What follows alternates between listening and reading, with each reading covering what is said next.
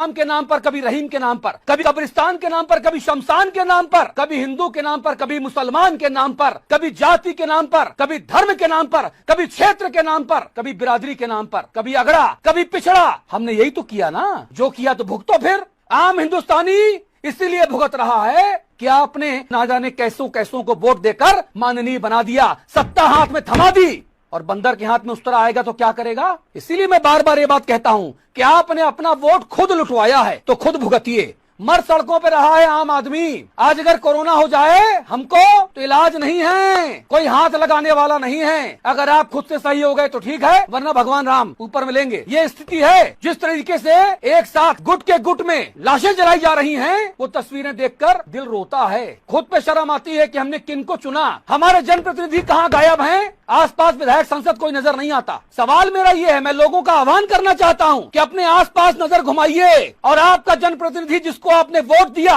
जिसको आपने गणमान्य महानुभाव बनाया, माननीय बनाया, आदरणीय बनाया, वो इस दुख की घड़ी में आपके आसपास है कि नहीं है? अगर दुख की घड़ी में आपके आसपास वो नहीं है तो आप दोषी हैं कि आपने ऐसे निकम्मों को, ऐसे नाकाबिलों को वोट दिया। और सियासी भाषणों पर और दिखावों पे ना जाना, सियासी भाषणों और दिखावों पे ना जाना, अपनी और अपनों की जान खुद है बचाना। भगवान राम को याद करो, जिंदा रह गए तो कोरोना काल के बाद मुलाकात होगी, बात होगी, और अगर निकल लिए इस निकम्मे सिस्टम की मेहरबानी से तो ऊपर मिलेंगे। फिर या तो जन्नत मिलेगी, या दोजख मिलेगा, स्वर्ग मिलेगा, या नरक मिलेगा, देखा जाएगा। लेकिन आज जो हालात बने हुए हैं यहाँ जमीन पर, वो नरक से कम नहीं है।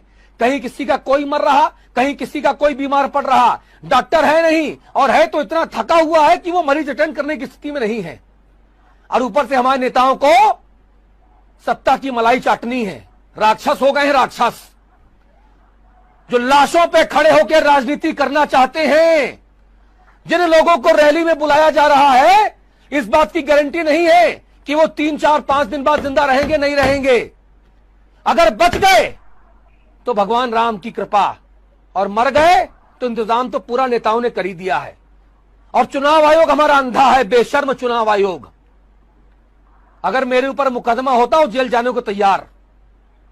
भारत का चुनाव आयोग सबसे ज्यादा महामूर्ख और अंधा चुनाव आयोग है, मंदबुद्धि चुनाव आयोग, जिसमें बैठे चुनाव आयुक्तों को केवल मलाई चाटनी है, सत्ता की चाकरी करके अपनी पद स्थापना करानी है। आज यहां है, कल किसी और पद पे बैठेंगे, बुढ़ापा ठीक से कटेगा। शर्म आनी चाहिए चुनाव आयुक्तों को हमारे भारत देश के, कि वो आम लोगों को कोरोना के मुंह में ढकेल रहे हैं चुनाव के नाम पे। अरे क्या बिगड़ जाएगा अगर 6-8 महीना और राष्ट्रपति शासन या राज्यपाल शासन लगा रह जाएगा तो क्या तूफान आ जाएगा।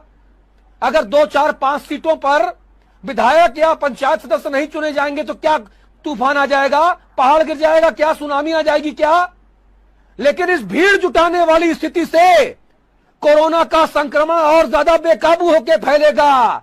हाहाकार मचा है भारत देश में, और नेताओं को हमारे शर्म आती है। 140-145 करोड़ के भारत में कोई भी ऐसा मर्द नेता नहीं है जो खड़े होकर मंच से कहे कि नेतागिरी बाद में, लोगों की जिंदगी बचाने का काम पहले। कोई मुख्यमंत्री, कोई प्रधानमंत्री ये क्यों नहीं बोलता कि रैली में मेरी मत आओ, मोबाइल पे आपका मेरा भाषण मिलेगा, आपको मैं वर्चुअल भाषण करूंगा, आप लोग अपने घरों में रहिए, मेरा भाषण सुनिए, रैली पे मत आइएगा। मतदान करने का समय बढ़ा दीजिए, सुबह 6 से रात के 10 कर दीजिए, लंबी लंबी कतारें मत लगने दीजिए, आराम से लोग आए, वोट डालें, अपने घर जाएं, सत्ता भी मिल जाएगी और लोगों की जिंदगी भी बच रह जाएगी। लेकिन शर्म आती है मुझे अपने बेशर्म नेताओं पर। ऐसे हैं हमारे भारत के जनप्रतिनिधि जिन्हें वोट देकर हम चुनते हैं, जिन्हें हमारी जिंदगियों का कोई भी मोल नहीं है। आपको